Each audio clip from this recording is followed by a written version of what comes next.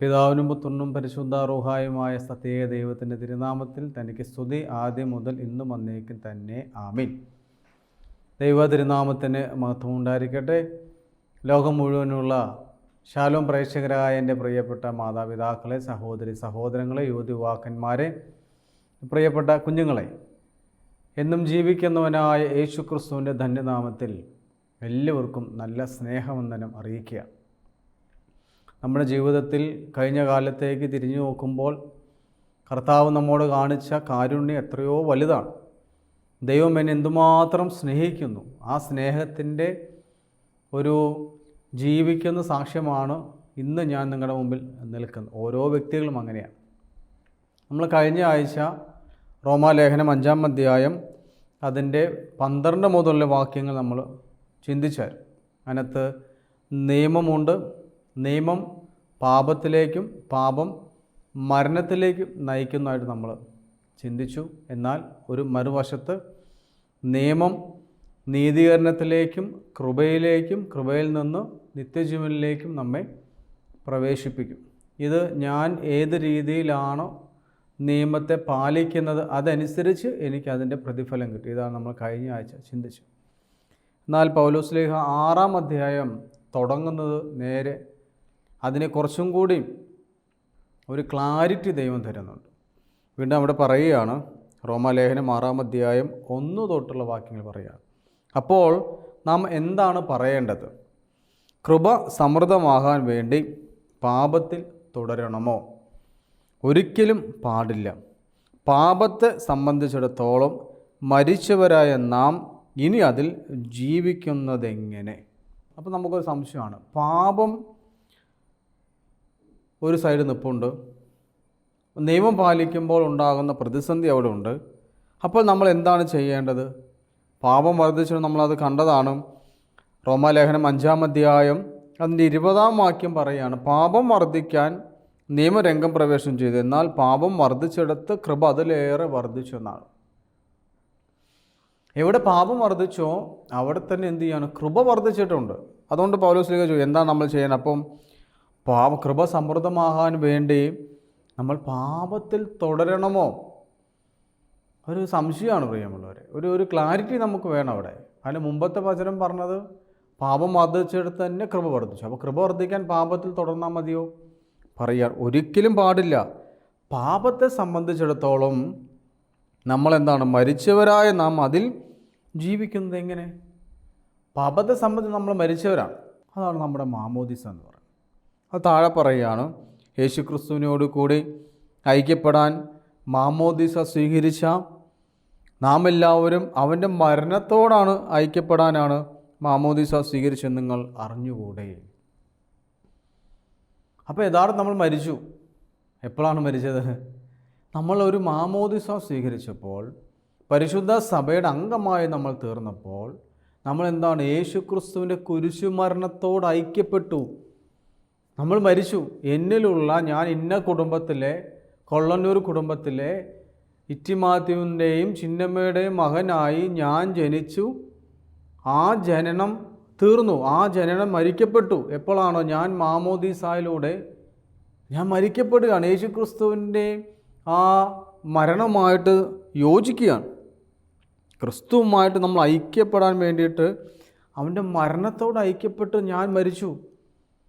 പിന്നീട് ഞാൻ ജീവിക്കുന്നത് ക്രിസ്തുവിൻ്റെ മകനാണ്. അങ്ങനെ തന്നെയല്ലേ പ്രിയമുള്ളവരെ നമ്മൾ ഓരോരുത്തരും ജനിച്ച വ്യക്തിത്വം, ജനിച്ച കുടുംബം, ഇതെല്ലാം ഒരു മാമോദീസായിലൂടെ എന്തായി തീർന്നതാണോ? യേശു ക്രിസ്തുവിന് മരണത്തോട് ചേർന്നു. അതാണ് പൗലോസ്ലീഹ ഗലാത്യ ലേഖനം 1:15 പറയുന്നത്. അതാണ് എന്താ പറഞ്ഞത്? ഇനി ഞാനല്ല ജീവിക്കുന്നത്, എന്നിൽ ക്രിസ്തുവാണ്. അങ്ങനെയാണെങ്കിൽ ഓരോ വ്യക്തിയും മാമോദിസ സ്വീകരിച്ച ഓരോ വ്യക്തിയുടെ ദൗത്യം ഇനി ഞാനല്ല ജീവിക്കുന്ന എന്താണ്? ക്രിസ്തുവാണ്.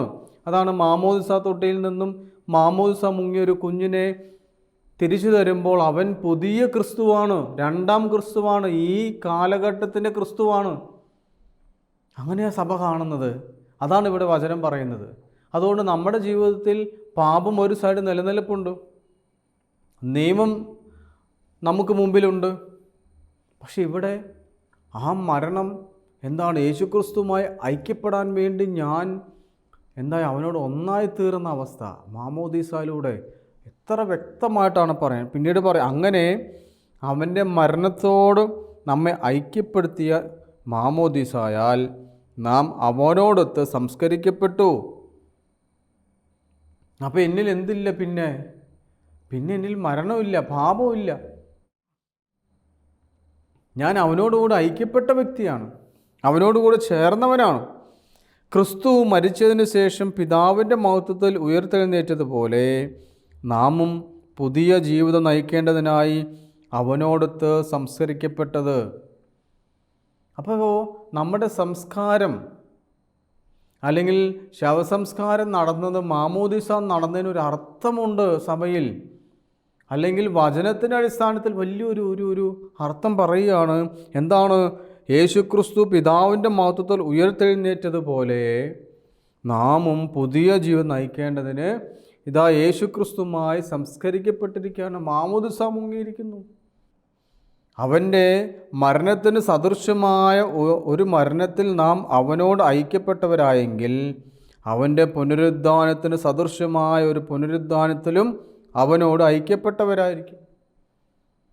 അതുകൊണ്ടാണ് യേശുക്രിസ്തുവിലായി തീർന്നവന് ശിക്ഷാവിധിയില്ല. അവന് പിന്നെ ഒരു മരണമുണ്ടാകുന്നില്ല. അവൻ പിന്നീട് എന്താണ്? ഈ ലോക ജീവിതത്തിൻ്റെ അവസാനം തീർന്നിട്ട് അവൻ യേശുക്രിസ്തുവുമായി ഒന്നായി തീർന്ന് അവൻ ക്രിസ്തുവിൻ്റെ മകനോ അവൾ മകളോ ആയി മാറുകയാണ്. പിന്നെ ക്രിസ്തുവിനോടൊപ്പമാണ് ജീവിതം.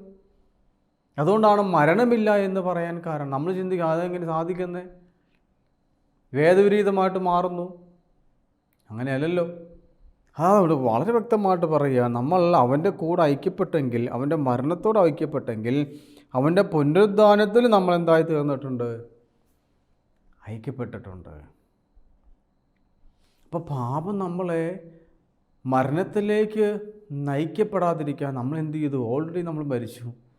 യേശുക്രിസ്തുവിനോടൊപ്പം നമ്മൾ മരിച്ച് പുതിയൊരു ജീവിതം, പുനരുദ്ധാനത്തിൻ്റെ ജീവിതം, പുതിയ ജീവിതം, ഉയർത്തെഴുന്നേൽപ്പിൻ്റെ ജീവിതം, എന്തായുടെ ജീവിതമാണ് യഥാർത്ഥത്തിൽ ദൈവം നമുക്ക് തന്നിരിക്കുന്നത്? 6-ാം അധ്യായം അതാണ് പൗലോസ് ശ്ലീഹ പറയുന്നത്, നിങ്ങൾ മാമോദീസായിലൂടെ നിങ്ങൾ നേടിയെടുത്തതായ ഐക്യം, ക്രിസ്തുവിൻ്റെ മരണത്തോട് ചേർത്ത ഐക്യം, അവൻ്റെ കൂടെ നിങ്ങൾ മരിച്ചെങ്കിൽ, അവനോട് കൂടെ ഐക്യപ്പെട്ടെങ്കിൽ, അവൻ ഉയർത്തെഴുന്നേറ്റതുപോലെ പിതാവിൻ്റെ മഹത്വത്തിലേക്ക് ഉയർത്തെഴുന്നേറ്റതുപോലെ നമുക്ക് എന്താണ്? ഒരു പുതിയ ജീവിതമുണ്ട് പ്രിയമുള്ളവരെ. അതുകൊണ്ട് നിരാശപ്പെടരുത്. നമ്മളെ ദൈവം വിളിച്ചത് വിശ്വസ്തനാണ്. ദൈവം വിശ്വസ്തനാണ്. നമ്മൾ അത്രമാത്രം വിശ്വസ്തയോടെ ദൈവം നമ്മളെ വിളിച്ചിരിക്കുക. വീണ്ടും പറയുക, എന്തെന്നാൽ നാം ഇനി പാപത്തിന് അടിമപ്പെടാതിരിക്കത്തക്ക വിധം പാപപൂർണമായ ശരീരത്തെ നശിപ്പിക്കാൻ വേണ്ടി നമ്മിലെ പഴയ മനുഷ്യൻ അവനോടുകൂടെ ക്രൂശിക്കപ്പെട്ടുവെന്ന് നമുക്കറിയാമല്ലോ. ഇപ്പോൾ കുറച്ചുകൂടി വ്യക്തമാണ്. നമ്മുടെ പാപത്തിന് അടിമപ്പെടാതിരിക്കാൻ വേണ്ടി പാപപൂർണമായ ശരീരത്തെ നശിപ്പിക്കാൻ വേണ്ടി പഴയ മനുഷ്യൻ, നമ്മളുടെ പാപകരമായ മനുഷ്യനുണ്ട്. നിയമം പാലിക്കുമ്പോൾ നിയമം പാലിച്ച് പാപം ചെയ്ത ഒരു മനുഷ്യൻ നമ്മൾ കിടപ്പുണ്ട്. അവനെന്ത് ചെയ്യും? അവനോടുകൂടെ ക്രൂശിക്കപ്പെട്ടുവെന്ന് നമ്മൾ മനസ്സിലാക്കണം. ആ പഴയ മനുഷ്യനെ നമ്മൾ ക്രൂശിക്കപ്പെട്ടു മാമോദീസായിലൂടെ. ആ പഴയ മനുഷ്യൻ നമ്മളിൽ നിന്ന് ഇല്ലാതായി തീർന്നു മാമോദീസായിലൂടെ. ഇനി ക്രിസ്തു, ഉയർത്തെഴുന്നേറ്റ ക്രിസ്തു, അല്ലെങ്കിൽ വിശുദ്ധീകരിക്കപ്പെട്ടതായ ഒരു വ്യക്തിത്വത്തിനുടമയാണ് ഓരോ വ്യക്തിയും ഒരു മാമോദീസായിലൂടെ പുറത്തേക്ക് വരുന്നത്. അപ്പോൾ ഇവിടെ വളരെ വ്യക്തമായിട്ട് പറയാം, ആ പഴയ മനുഷ്യൻ നശിപ്പിക്കാൻ വേണ്ടിയിട്ടാണ് നമ്മൾ എന്ത് ചെയ്ത് അവനോട് കൂടെ ക്രൂശിക്കപ്പെട്ടത്. എന്തെന്നാൽ മരിച്ചവൻ പാപത്തിൽ നിന്ന് മോചിതനായിരിക്കുന്നു. നാം ക്രിസ്തുവിനോടുകൂടെ മരിച്ചുവെങ്കിൽ അവനോടുകൂടെ ജീവിക്കുമെന്ന് നാം വിശ്വസിക്കുന്നു. നാം ക്രിസ്തുവിൻ്റെ കൂടെ മരിച്ചതെങ്കിൽ, അല്ലെങ്കിൽ എന്ന് വെച്ചാൽ നമ്മുടെ മാമോദീസ അത് പൂർണ്ണ അവസ്ഥയിലെത്തുന്നത് മാമോദീസായിലൂടെ ദൈവം നമ്മെ പറഞ്ഞിരിക്കുന്ന വചനം, സഭ പഠിപ്പിക്കുന്ന കാര്യങ്ങൾ ഒരുവൻ തൻ്റെ ജീവിതത്തിൽ പൂർത്തിയാക്കുമ്പോൾ അവൻ ക്രിസ്തുവിൻ്റെ മകനും മകളുമായി, നമുക്കറിയാം യോർദാൻ നദിയിൽ യേശു ക്രിസ്തു മാമോദീസ യോഹന്നാൻ സ്നാപകൻ സ്വീകരിക്കുമ്പോൾ സ്വർഗം തുറക്കപ്പെട്ടതും പ്രാവിൻ്റെ രൂപത്തിൽ പരിശുദ്ധാത്മാവ് ഇറങ്ങി വന്ന് ഇവൻ എൻ്റെ പ്രിയ പുത്രൻ എന്ന് പറയുന്ന സ്വരം നമ്മൾ കേട്ടതാണ് യോഹന്നാൻ്റെ സുവിശേഷത്തിൽ. ഇതേ സ്വരം തന്നെ നമ്മുടെ മാമോദിസ സമയത്തും ഓരോ വ്യക്തികളുടെ മാമോദിസ സമയത്തും സ്വർഗം തുറക്കപ്പെടുന്നതും നീ എൻ്റെ പ്രിയപുത്രനെന്നും പ്രിയപുത്രി എന്നും പറയുന്ന സ്വരം നമ്മൾ കേൾക്കുന്നുണ്ട്. ഒരുപക്ഷെ അത് ബാഹ്യമായ സ്വരം നമുക്ക് കേൾക്കാൻ സാധിച്ചില്ലെങ്കിലും ആന്തരികമായ ഉള്ളടക്കത്തിൽ നിന്നുകൊണ്ട് ആന്തരികമായ ഭാഷയിൽ നമുക്ക് മനസ്സിലാക്കാൻ സാധിക്കണം. അങ്ങനെ മനസ്സിലാക്കിയവർ മാത്രമേ നമ്മുടെ മാമോദിസയുടെ പൂർണ്ണത അറിഞ്ഞു ജീവിക്കാൻ സാധിക്കത്തുള്ളൂ. ഇത് നമുക്കൊരു കർമ്മമായി മാറുകയാണ്, ഒരു ചടങ്ങായി, ഒരു ആഘോഷമായി മാറുന്നു പലപ്പോഴും മാമോദിസ. ഇവിടെ വളരെ വ്യക്തമായിട്ട് പറയുകയാണ്, എന്തെന്നാൽ മരിച്ചവൻ പാപത്തിൽ നിന്ന് മോചിതനായിരിക്കുന്നു, നാം ക്രിസ്തുവിൻ്റെ കൂടെ മരിച്ചുവെങ്കിൽ അവനോട് കൂടെ ജീവിക്കുമെന്ന് നാം വിശ്വസിക്കണം.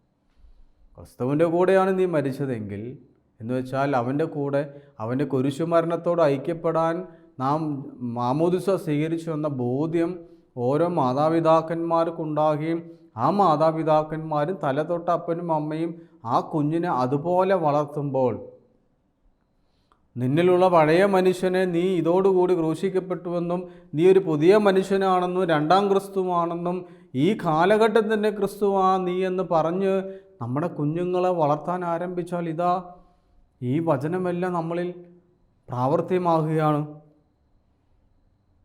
വീണ്ടും പറയാൻ, മരിച്ചവരിൽ നിന്ന് ഉദ്ധാനം ചെയ്ത ക്രിസ്തു ഇനി ഒരിക്കലും മരിക്കില്ലെന്ന് നമുക്കറിയാം. മരണത്തിന് അവൻ്റെ മേലിന് അധികാരമില്ല. അവൻ മരിച്ച് പാപത്തെ സംബന്ധിച്ചിടത്തോളം എന്നേക്കുമായി അവൻ മരിച്ചു. അവൻ ജീവിക്കുന്നു, ദൈവത്തിന് വേണ്ടി അവൻ ജീവിക്കുന്നു.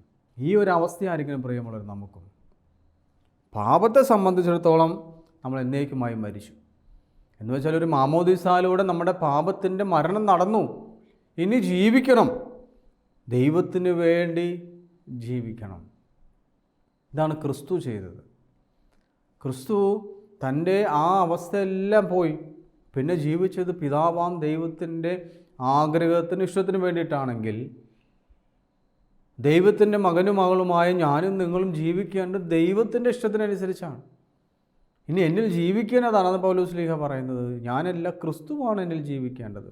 അപ്പോൾ ഈ ഒരു അവസ്ഥയിൽ എത്തിച്ചേരാൻ നമുക്ക് സാധിക്കണം. ഇല്ലെങ്കിൽ പാപം നമ്മളെ മരണത്തിലേക്ക് കൊണ്ടുപോകും. ഇപ്പം മരണം നടന്നിരിക്കുന്നത് പാപത്തിൻ്റെ മരണം നടന്നു നമ്മളിൽ മാമോദിസയിലൂടെ. പക്ഷേ ആ വിജയം എൻ്റെ പൂർണ്ണാവസ്ഥയിൽ പൂർത്തീകരിക്കപ്പെടുന്നത് എൻ്റെ ജീവിതത്തിലൂടെയാണ്. ഞാൻ പോകുന്ന വഴിയിലൂടെ ക്രിസ്തുവിനെ അറിഞ്ഞുകൊണ്ട്, ക്രിസ്തുവിനെ പ്രഘോഷിച്ചുകൊണ്ട്, ക്രിസ്തുവിന് സാക്ഷ്യം നിന്നുകൊണ്ട് വേണം നമ്മുടെ ജീവിതത്തിൽ ഇത് നടക്കേണ്ടത്. അതുപോലെ നിങ്ങളും പാപത്തെ സംബന്ധിച്ചിടത്തോളം മരിച്ചവരാണെന്നും യേശുക്രിസ്തുവിൽ ദൈവത്തിന് വേണ്ടി ജീവിക്കുന്നവരാണെന്നും നിങ്ങൾ അറിഞ്ഞുകൊള്ളണം. അപ്പോൾ നമ്മുടെ ജീവിതത്തിൽ അറിഞ്ഞിരിക്കേണ്ട ഒരു കാര്യമാണ്, നിങ്ങൾ പാപത്തെ സംബന്ധിച്ചിടത്തോളം മരിച്ചവരാണ്, യേശുക്രിസ്തുവിൽ ദൈവത്തിന് വേണ്ടി ജീവിക്കുന്നവരാണ്. ഓരോ വിശ്വാസിയും നമ്മൾ പാപത്തിൽ നിന്ന് മരണത്തിലേക്കല്ല ഇപ്പോൾ പോകേണ്ടത്, പാപത്തിൽ നിന്ന് കൃപയിലേക്ക് പോകണം, പാപത്തിൽ നിന്ന് നിത്യജീവനിലേക്ക് പോകണം. നമ്മൾ സാക്ഷികളായി മാറണം, യേശുക്രിസ്തുവിൻ്റെ മക്കളായി നമ്മൾ ഈ സമൂഹത്തിൽ അറിയപ്പെടുന്നവരായി മാറണം. അതുകൊണ്ട് എന്ത് ചെയ്യണമെന്നറിയോ? നിങ്ങളെ കീഴ്പ്പെടുത്താനുള്ള ജഡമോഹത്തിൽ നിന്നും പാപങ്ങളുടെ മർത്യ ശരീരത്തിൽ ഭരണം നടത്താതിരിക്കട്ടെ.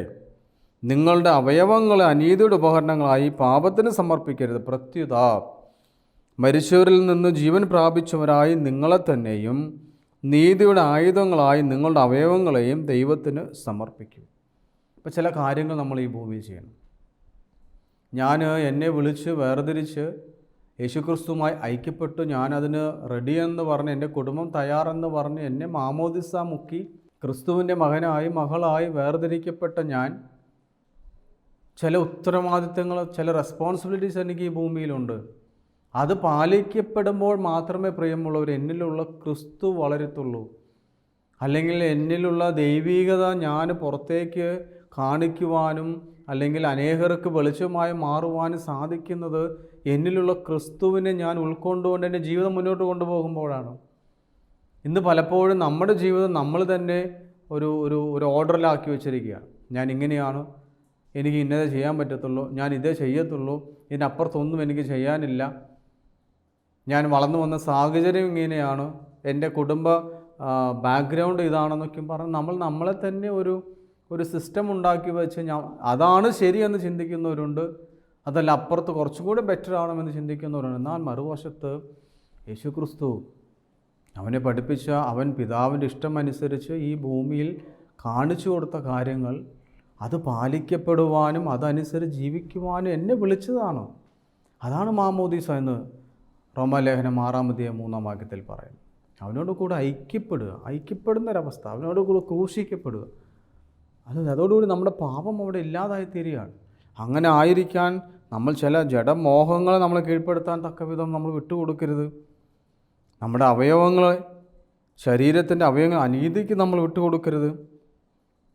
മരിച്ചവരിൽ ജീവൻ പ്രാപിച്ചവരെ നിങ്ങളെ തന്നെ നിങ്ങൾ നീതിയുടെ ആയുധങ്ങളായി നിങ്ങളുടെ അവയവങ്ങളെയും ദൈവത്തിന് സമർപ്പിക്കും. അപ്പോൾ ഒരു നീതീകരണം, ഒരു ജസ്റ്റിഫിക്കേഷൻ അവിടെ ഉണ്ട്. നമ്മുടെ ലൈഫിൽ ഞാൻ ആദ്യമേ പറഞ്ഞ പോലെ നിയമത്തിൽ നിന്നും 2 കാര്യങ്ങൾ ഉരുവാകുന്നുണ്ട്. ഒന്ന് പാപവും മരണവും, 2 നീതീകരണവും കൃപയും നിത്യജീവൻ. ഇതൊരു നീതീകരണത്തിലേക്ക് നമ്മൾ പോകണം. നീതീകരിക്കപ്പെടുക, വിശുദ്ധീകരിക്കപ്പെടുക, നമ്മളെ തന്നെ നീതീകരിച്ചുകൊണ്ട് കൃപയുടെ അവസ്ഥയിലേക്ക് ആയിത്തീരണം. അങ്ങനെ ആയിത്തീരുമ്പോൾ ഇവിടെ പറയുകയാണ്, പാപം നിങ്ങളുടെ മേൽ ഭരണം നടത്തുകയില്ല. കാരണം നിങ്ങൾ നിയമത്തിന് കീഴിലല്ല, കൃപയ്ക്ക് കീഴിലാണ്. ഇതാവണം നമ്മുടെ ലക്ഷ്യം. ഇന്ന് നമ്മളെ പാപം ഭരണം നടത്തുന്നെങ്കിൽ നമ്മൾ എന്താണ്? നിയമത്തിന് കീഴിലാണ്. അതുകൊണ്ടാണ് നിയമം പലപ്പോഴും നമ്മൾ എന്ത് ചെയ്യിക്കുകയാണ്? പാപം ചെയ്യിപ്പിക്കുന്നുണ്ട്. പാപം നമുക്കൊരു ഭയമാണ് പലപ്പോഴും. അയ്യോ, ഒരു നിയമം തെറ്റിച്ചാൽ, ഒരു കൽപ്പന ലംഘിച്ചാൽ എന്നെ വേട്ടയാടുന്നു, ഭയം വേട്ടയാടുന്നു. അത് എന്നെ ഭരിക്കുന്നു. നീ തെറ്റ് ചെയ്തു, നീ അത് ചെയ്തു, ഇത് ചെയ്തു. നിയമം നമ്മളെ പാപത്തിലേക്ക് നയിക്കപ്പെടുന്ന അവസ്ഥയിലേക്ക് മാറും. ഇവിടെ പറയുകയാണ്, നിങ്ങളുടെ മേൽ പാപം ഭരണം നടത്താൻ കൊടുക്കരുത്. കാരണം നിങ്ങൾ നിയമത്തിന് കീഴിലല്ല, കൃപയ്ക്ക് കീഴിലാണ്. അപ്പോൾ ഞാൻ എന്തിൻ്റെ കീഴിലാണ് നിൽക്കുന്നത്? ഞാനൊരു നിയമത്തിന് വേണ്ടിയിട്ടാണോ നിലനിൽക്കുന്നത്? അല്ലെ നിയമത്തെ പാലിച്ചുകൊണ്ട് നിയമം തരുന്ന ഒരു പ്രൊട്ടക്ഷൻ, ഒരു സംരക്ഷണത്തിലാണോ ഞാൻ നിൽക്കുന്നത്? മറിച്ച് ദൈവത്തിൻ്റെ കൃപയുടെ കീഴിൽ അനുസരണമുള്ള, നീതീകരിക്കപ്പെട്ട, നല്ല വ്യക്തിത്വമുള്ള, വിശുദ്ധിയുള്ള ദൈവത്തിൻ്റെ മകനായി മകളായി കൃപയുടെ കീഴിലാണോ നിങ്ങൾ നിൽക്കുന്നത്? പാപം നമ്മളെ ചെന്നെത്തിക്കുന്നത് എവിടെയാണെന്ന് നമ്മളൊന്ന് തിരിച്ചറിയുന്നത് നല്ലതാണ്. അതുകൊണ്ട് വളരെ വ്യക്തമായിട്ട് ഇവിടെ പറയുകയാണ്, ഞാൻ വീണ്ടും ഓർമ്മപ്പെടുത്തുന്നു, നിയമം നല്ലതാണ്, അത് പാലിക്കപ്പെടാനുള്ളതാണ്. പക്ഷേ ആ നിയമം നമ്മളെ പാപത്തിലേക്കും പാപം മരണത്തിലേക്കും നമ്മളെ ചെന്നെത്തിക്കാൻ ഇടവരുത്തരുത്. ഇവിടെ നിയമത്തേക്കാൾ വലുത് കൃപയാണ്, ദൈവമാണ്, ദൈവികതയാണ്, പരിശുദ്ധാത്മാവാണ്. ഇതാണ് വലുതെന്നിവിടെ പറയുകയാണ്. നിങ്ങൾ നിയമത്തിന് കീഴിലാണെങ്കിൽ പാപം നിങ്ങളെ ഭരിക്കാൻ തുടങ്ങും. അതുകൊണ്ടാണ് പലപ്പോഴും നിയമം, നമ്മളിന്ന് ഈ 5-ാം അധ്യായം 6-ാം അധ്യായം എല്ലാം പരിശോധിക്കുമ്പോൾ അവിടെ കാണുന്നത്, നിയമം ഉണ്ടായ സ്ഥലത്ത് പാപം വർദ്ധിച്ചു. നമ്മൾ തുടക്കത്തിൽ കേട്ട്, പാപം വർദ്ധിക്കാൻ വേണ്ടി, കൃപ വർദ്ധിക്കാൻ വേണ്ടി പാപത്തിൽ നമ്മൾ ജീവിക്കണോ? ഒരിക്കലും പാടില്ല. നീതീകരിക്കപ്പെട്ടവനായി നമ്മൾ മാറണം, വിശുദ്ധീകരിക്കപ്പെട്ടവനായി നമ്മൾ മാറണം. അല്ല, വിശുദ്ധിയുടെ ഒരു ജീവിതമാണ്. അതുകൊണ്ടാണ് 1 തെസ്സലോനിക്ക ലേഖനത്തിൽ പൗലോസ് ലേഖകൻ നിങ്ങളെ വിളിച്ചിരിക്കുന്നത് അശുദ്ധിയിലേക്കല്ല, വിശുദ്ധിയിലേക്കാണ്. ആ വിശുദ്ധി എന്നിൽ നിലകൊള്ളണമെങ്കിൽ, എന്നിൽ വസിക്കണമെങ്കിൽ ഞാൻ എന്ത് ചെയ്യണം? ചില ഉത്തരവാദിത്തങ്ങൾ, അവയവങ്ങളെ നമ്മൾ കാത്തു സൂക്ഷിക്കണം. നമ്മുടെ ജീവിത രീതിയിൽ ഒരു ക്രമീകരണം ഉണ്ടാവണം. അശുദ്ധിയിലേക്ക് ഞാൻ പോകരുത്, അശുദ്ധിയിലെ അവസ്ഥയിലേക്ക് എൻ്റെ അവയവങ്ങളെ ഞാൻ വിട്ടുകൊടുക്കരുത്. നീതീകരണത്തിന് വേണ്ടി ഞാൻ ജീവിക്കണം. ഇങ്ങനെയെല്ലാം നമ്മൾ ജീവിച്ചാൽ, നമ്മുടെ അവയവങ്ങളെ നീതിയുടെ ആയുധങ്ങളായി നമ്മൾ സമർപ്പിച്ചാൽ, ദൈവം പറയാൻ നിങ്ങൾ കൃപയ്ക്ക് കീഴില്ല. നിങ്ങൾക്കൊരിക്കലും നിയമം നിങ്ങളെ പാപത്തിലേക്ക് ചെന്ന് എത്തിക്കില്ല. കാരണം നിയമത്തിൻ്റെ പരിരക്ഷ കൊണ്ട് ഞാൻ പലപ്പോഴും സേഫാണെന്ന് ചിന്തിക്കുന്ന ആളുകളാണ് പലപ്പോഴും, അല്ലെങ്കിൽ ആ ഒരു ചിന്താഗതി നമ്മൾ പലപ്പോഴും പാപത്തിലേക്ക് ചെന്നെത്തിക്കുന്നത്.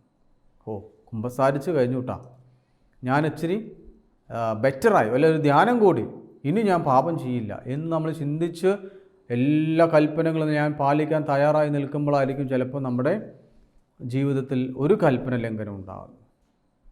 അപ്പോൾ ആ കൽപ്പന ലംഘനം നമ്മളെ ഭയത്തിലേക്ക്, പാപത്തിലേക്ക് ചെന്നെത്തിക്കുമ്പോൾ നമ്മളറിയാതെ ആ പാപം തന്നെ വീണ്ടും നമ്മൾ ആവർത്തിക്കപ്പെടുക. ഇനി കുഴപ്പമില്ല, നമ്മൾ ചിന്തിക്കും ഒരു തെറ്റ് ചെയ്താൽ ഇനി എല്ലാ തെറ്റും ഒന്ന് ചെയ്ത ശേഷം പോയി കുമ്പസാരിക്കാം. അപ്പോൾ നമ്മളെ പാപം മരണത്തിലേക്ക് ചെന്നെത്തിച്ചു, ആത്മാവ് മരിക്കാൻ തുടങ്ങി. പക്ഷെ ഇവിടെ കൃപയിലാണെങ്കിൽ പൗലോസ്ലീഹായോട് യേശുക്രിസ്തു പറഞ്ഞതുപോലെ, നീ കൃപയിലാണെങ്കിൽ നിൻ്റെ പ്രശ്നമൊന്നും പ്രശ്നമല്ല എൻ്റെ മുമ്പിൽ, നിനക്കിതെല്ലാം കുറവുണ്ടെന്ന് ഞാൻ ഓൾറെഡി മനസ്സിലായിട്ടല്ലേ ഞാൻ നിന്നെ വിളിച്ചത്. നമ്മൾ ഓരോരുത്തരും വിളിച്ചിരിക്കുന്ന പ്രിയമുള്ള അങ്ങനെയാണ്. നമ്മുടെ എല്ലാ കുറവുകളെയും നമ്മുടെ എല്ലാ ബലഹീനതകളെയും തിരിച്ചറിഞ്ഞുകൊണ്ട് നീ ഇതാണ്, നീ ഇങ്ങനെയാണെന്ന് കർത്താവിന് നല്ല ബോധ്യമുണ്ടായിട്ട് തന്നെയാണ് നമ്മളെ വിളിച്ച് ഈ ദൗത്യം ഏൽപ്പിച്ചിരിക്കുന്നത്, ഈ ഭൂമിയിൽ ഒരു നല്ല ക്രിസ്ത്യാനിയായി ജീവിക്കുക എന്നുള്ളത്. അതുകൊണ്ട് കർത്താവ് പറഞ്ഞ ആ വചനം, നിനക്കെൻ്റെ കൃപ മതി, പൗലോസ്ലീഹായോട് പറഞ്ഞ. അതുകൊണ്ട് പ്രിയമുള്ളവരെ, നിങ്ങൾ നിയമം പാലിക്കുന്നവരാവണം, നിയമം പാലിച്ച് തന്നെ നമ്മൾ ജീവിക്കണം. എന്നാൽ നിയമത്തെക്കാളും വലുതാണ് കൃപ. അത് ഈ ഭൂമിയിലേക്ക് വന്നത് ക്രിസ്തുവിലൂടെയാണ്.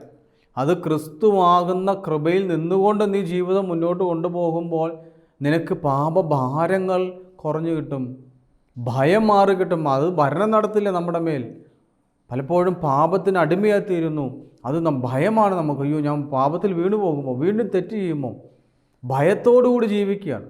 അത് നിയമത്തെ മാത്രം നീ നോക്കിയാലും. പക്ഷേ കൃപ, ദൈവമാകുന്ന ക്രിസ്തുവാകുന്ന കൃപയിലേക്ക് നീ വരുമ്പോൾ ഇതാ നിന്നെ പരിരക്ഷിക്കുന്ന ഒരു ദൈവിക ആത്മാവ്, ഒരു ശക്തി നിന്നെ വലയം ചെയ്യും. അപ്പോൾ നീ പേടിക്കേണ്ട ആവശ്യമില്ല. നീ ഓട്ടോമാറ്റിക്കലി എന്ത് ചെയ്യും? നിയമം പാലിച്ചോളും. കൃപയിലായി തീർന്നവനെ സംബന്ധിച്ചിടത്തോളം നമുക്ക് ഭയത്തിൻ്റെ ആവശ്യമില്ല. നമ്മൾ ജീവിക്കുന്നത് കൃപയിലാണെങ്കിൽ നമ്മൾ നിയമം പാലിച്ച് മുന്നോട്ട് പോകും. നിയമത്തിനനുസരിച്ച് നമ്മൾ പോകുന്നവരാണ്. അതുകൊണ്ട് അതിനെക്കുറിച്ച് ബോധേടാവേണ്ട ആവശ്യമില്ല നമ്മുടെ ജീവിതത്തിൽ. അതുകൊണ്ട് നിങ്ങൾ കൃപയിലായിത്തീരുക. കൃപ ദൈവമാണ്, യേശുക്രിസ്തുവാണ്, പരിശുദ്ധ അമ്മ നേടിയ കൃപ. ലൂക്കോസ് 1:30. മറിയമേ, നീ ഭയപ്പെടേണ്ട, നീ ദൈവത്തിൻ്റെ തിരുസന്നിധിയിൽ കൃപ കണ്ടെത്തിയിരിക്കുന്നു. ആ കണ്ടെത്തിയ കൃപയെ നമ്മൾ സ്വന്തമാക്കണം പ്രിയമുള്ള. നമ്മുടെ ജീവിതത്തിലൂടെ ജീവിച്ചു കാണിക്കണം. കുറവുകളും ബലഹീനതകളെല്ലാം മാറ്റി നിർത്തിക്കൊണ്ട് നിന്നെ സ്നേഹിക്കുന്ന ഒരു ദൈവം, 2000 വർഷങ്ങൾക്ക് മുമ്പ് കാൽവരി ക്രൂശിൽ നിനക്ക് വേണ്ടി ബലിയായി തീർന്നവൻ, അവൻ ഈ ഭൂമിയിലേക്ക് കൊണ്ടുവന്ന കൃപാദാനം, പാപം നിലനിൽക്കുമ്പോൾ തന്നെ, നിയമം നിലനിൽക്കുമ്പോൾ തന്നെ, മരണം നിലനിൽക്കുമ്പോൾ തന്നെ അതിനെല്ലാം ഇല്ലായ്മ ചെയ്തവൻ, ആ നിയമത്തെ പാലിച്ചുകൊണ്ട് പാപത്തെയും മരണത്തെയും ഇല്ലായ്മ ചെയ്ത് കൃപയിലേക്ക് നിത്യജീവനിലേക്ക് ചെന്നെത്തിക്കുവാൻ കഴിവുള്ളവനായ യേശുക്രിസ്തു അവൻ്റെ കൂടെ ആയിത്തീരുന്ന ഒരവസ്ഥ. അത് നിയമത്തിലൂടെ നമുക്കവനെ കണ്ടെത്താൻ സാധിച്ചു, വചനത്തിലൂടെ നമുക്ക് കണ്ടെത്താൻ സാധിച്ചു. ആ കണ്ടെത്തിയത് കൃപയാക്കി മാറ്റുവാൻ നമ്മുടെ അനുദിന ജീവിതത്തിൽ നീ പരിശ്രമിക്കുമ്പോൾ നിൻ്റെ ജീവിതയാത്രയിൽ എന്നും കർത്താവ് കൂടെയുണ്ട്. നീ കൃപയുള്ളവനായി മാറും.